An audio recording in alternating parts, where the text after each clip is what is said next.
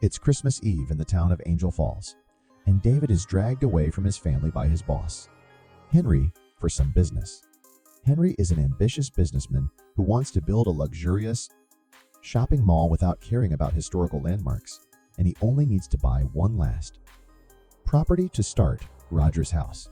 David and Henry go to see Roger to try to convince him to sell his property, but Roger refuses because the house has been in his family for generations, and he wants to leave it to his granddaughter Cara. Later, after everyone is gone, Roger hears a knock and opens the door to find a snowman. Suddenly, a masked man known as the Angel jumps through the snow and tackles Roger to kill him with a knife. Meanwhile, Cara picks up David's daughter Winnie to go to the party together. After meeting with more friends, Cara takes lots of pictures and waves at Bernie, who is sitting alone, but her friends scold her for interacting with the class weirdo. Cara's brother Jimmy has also come to the party, and he goes outside to kiss his boyfriend near the woods. But they stop when they hear a noise among the trees. The boys decide to leave, and it is revealed the noise was made by the Angel. Cara also finds a quiet spot to kiss her boyfriend, but suddenly he pukes blood right into her mouth. When she steps back, she discovers he's been stabbed by the Angel with a giant candy cane. Screaming, Cara begins running away, but the Angel catches up to her and tries to stab her. She tries to defend herself, and the knife ends up hurting her arm, so the Angel disappears as she falls on the bridge.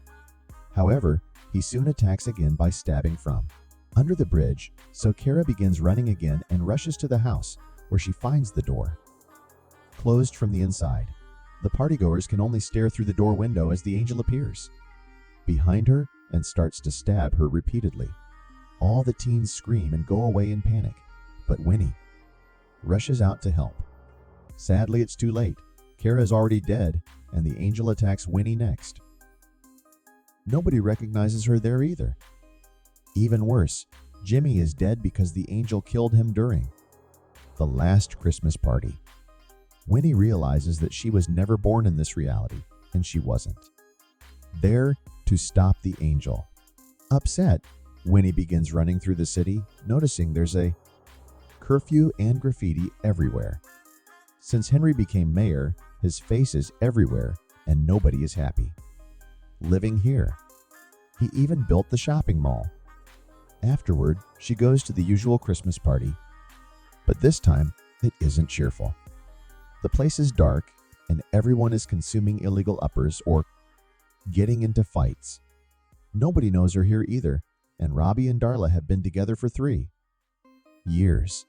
After failing to get Bernie to recognize her, Winnie enters a room and discovers Robbie and Darla have been having the lovely relationship she never had with him. She also finds a yearbook that is missing her picture, confirming she's truly gone. Nearby, 2 teens are enjoying their pipes while watching the Christmas lights. The girl goes inside for a second, so the Angel uses the chance to show up with an axe and starts chasing the boy. The guy pushes things behind him to slow him down, but eventually he finds his way blocked by a gate, and the Angel hits him with the axe.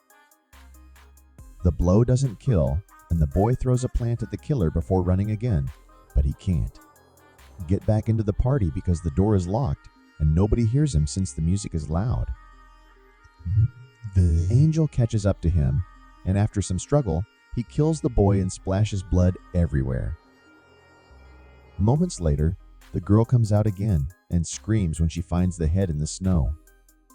Back to Winnie, she sees on TV that there have been more murders, so she calls everyone out for partying in times like this and then leaves with Bernie. Eventually, they make it to Bernie's house, and Winnie notices her new friend has been tracking the murders, so she explains her wish and that the Angel is Henry. In return, Bernie points out that all the victims were the children of families with businesses, and the grief caused those businesses to die. That's why Henry now owns the whole town. However, Bernie isn't sure she can trust Winnie's crazy story and wonders if she's the killer, even grabbing something to defend herself. Suddenly, the Angel breaks through the window So the girls try running away only to find him at the door. He manages to grab Winnie, but she bites his arm and pushes him against the table. Then the girls escape. As they reach downtown, leaves Winnie now, and they notice the aurora in the sky, which Bernie explains shouldn't be possible to see from here, so it can't be a coincidence. Afterward, they hide in the local movie theater because Bernie has the key since she works there. The girls have fun watching some movies and end up holding hands while Winnie falls asleep on Bernie's shoulder.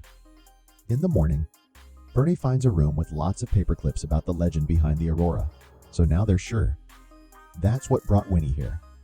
However, they also learn it's fading, meaning Winnie needs to go back before that happens or she'll be stuck here forever. The girls deduce Winnie has to kill the angel again, so they'll need the help of someone close to him. They return to her house, but David refuses to see her. Winnie uses a family secret to convince her Aunt Gail of her story, and then she's allowed inside, where she finds David looking incredibly depressed. Since he lost Jimmy, it's like he lost his soul.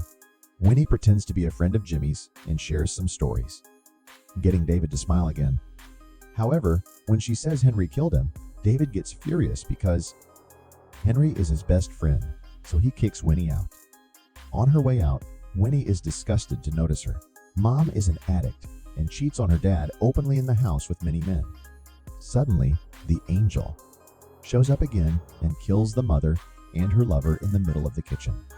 The girls and Gail immediately run away, and as they get to the stairs, the angel manages to slash Bernie's arm. Winnie grabs a picture from the wall and hits the angel with it, causing him to fall downstairs and faint. Then Gail and Bernie carefully step over him to reach the front door, but when it's Winnie's turn, she stops to grab the knife. Instead of killing the angel, she decides to unmask him first and is shocked to discover David. At that moment, he regains consciousness, so the trio runs away. Later, at the theater, Winnie explains she saw something in David's eyes that indicated he wasn't fully himself. Gail says he's been like that for a year, and the group realizes his depression has allowed Henry to manipulate him and make him carry on with his dirty work. Winnie has no choice but to kill her father, so they make a plan. Moments later, the theater's billboard has a message for David, and 3 dolls have been put on the seats as bait.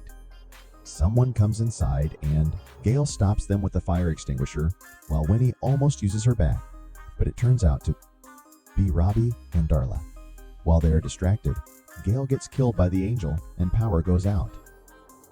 In the theater, Winnie starts taking pictures with her old camera to create some lights with the flash and sees the angel killing Darla before going after Robbie to kill him too. Bernie manages to reach the power switches and turns them on, allowing Winnie to grab a broom and hit the angel with it. Then she hides in the stairs, and when the angel jumps on her, she stabs him with the broken broom handle. After double-checking Dave is dead under the mask, the girls go back to the bridge. And after a heartful goodbye for Bernie, Winnie wishes to be born again. However, nothing happens, and she yells at the aurora, which changes its colors to look more aggressive. The girls realize that Henry is still a danger to the town in his role as mayor, so it's him who must be killed. Winnie and Bernie go to the main park, where Henry is holding a Christmas event. The locals watch him with hazy eyes, revealing they are under his control. Henry announces that Buck asked for a transfer to work in another town, so he calls him naughty and kills him in front of everyone. Then Buck is dressed as the angel and hanged as a decoration. Winnie tries to make people wake up to no avail, and Henry's bodyguards bring the girls to the stage, where he admits he killed Jimmy to control David and is responsible for Bernie losing her parents. The girls snap and start repeatedly punching Henry, which causes the townspeople to wake up. When Winnie kicks Henry off the stage, the townspeople jump on him, and Henry's furious girlfriend tries to attack Winnie and returns to the stage, where she tries to choke Winnie. However, Bernie stabs him and kills him for good. As the people return to normal, the aurora begins glowing brighter, and Winnie realizes she was sent here to help Bernie get her revenge. Then the girls share A kiss. When Winnie opens her eyes, she's back in her reality, wearing the horrible tracksuit. She runs to see her family, and David reveals they have another present for her, a brand new camera. Winnie hugs everyone and tells them she wasn't accepted at the university, but it's okay because she belongs here. Afterward, she rushes outside and sees Robbie with Darla, only to tell them they belong together. Eventually, Winnie makes it to Bernie's house, and the girls are excited to notice. They both remember the other reality, so they get ready to spend Christmas together as girlfriends.